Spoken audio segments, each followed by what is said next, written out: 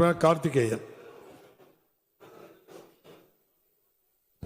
மாண்புமிகு பேரவைத் தலைவர் அவர்களே, ரிஷிவந்தியம் தொகுதிக்கு உட்பட்ட வானாபுரத்தை தலைமையிடமாக கொண்டு கழக ஆட்சியில்தான் தனி தாலுகா அறிவிக்கப்பட்டு செயல்படுத்தப்பட்டு வருகிறது.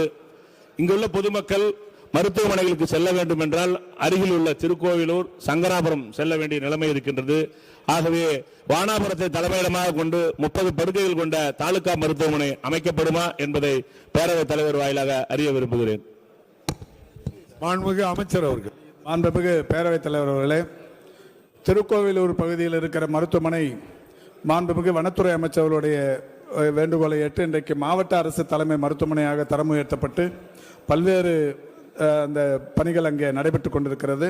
என்றாலும் நம்முடைய சட்டமன்ற உறுப்பினர் அவர்கள் சொல்லியிருப்பதைப் போல அவர் பகுதியில் இருக்கிற அந்த மருத்துவமனை தரம் உயர்த்துவதற்குரிய நடவடிக்கைகள், குறிப்பாக அதற்கான விதிமுறைகள் இடம் கொடுப்பின் எடுக்கப்படும் என்பதை தங்களின் வாயிலாக தெரிவித்துக் கொள்கிறேன்.